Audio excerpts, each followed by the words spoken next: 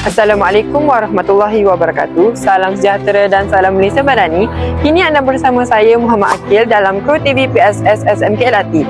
Hari ini, sekolah kami mengadakan pesta co-curriculum yang berlangsung pada 9 hari bulan 12, 2025. Sekarang, mari kita lihat apa yang ada pada pesta co-curriculum ini.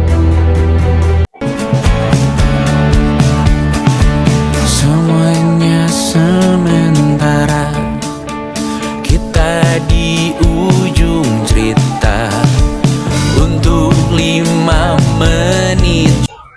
Assalamualaikum warahmatullahi wabarakatuh. Salam sejahtera dan salam Malaysia Madani. Kini anda bersama saya Muhammad Akil dalam Kru TV PSS SMK LRT. Kini bersama saya antara pelajar yang turut serta dalam PESCO, iaitu Dini dan Syahira. Sekarang saya ingin menanyakan satu soalan kepada Dini dan Syahira.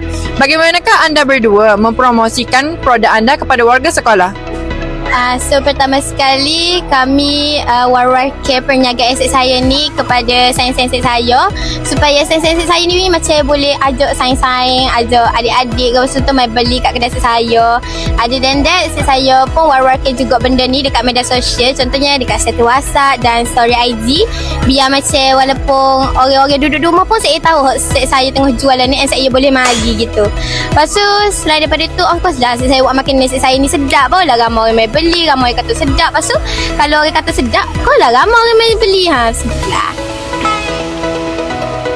Coba kau mengambil alih dunia. Ada masanya kita mencuri ruang dan waktu, walau pasti berlalu. Biarkan saja kita kesana. Dengan ini berakhirlah pesta co-curriculum pada tahun ini. Saya berharap semoga pihak sekolah dapat menganjurkan lagi pesta co-curriculum pada tahun hadapan. Sekian daripada Kru TV PSS SMK LRT.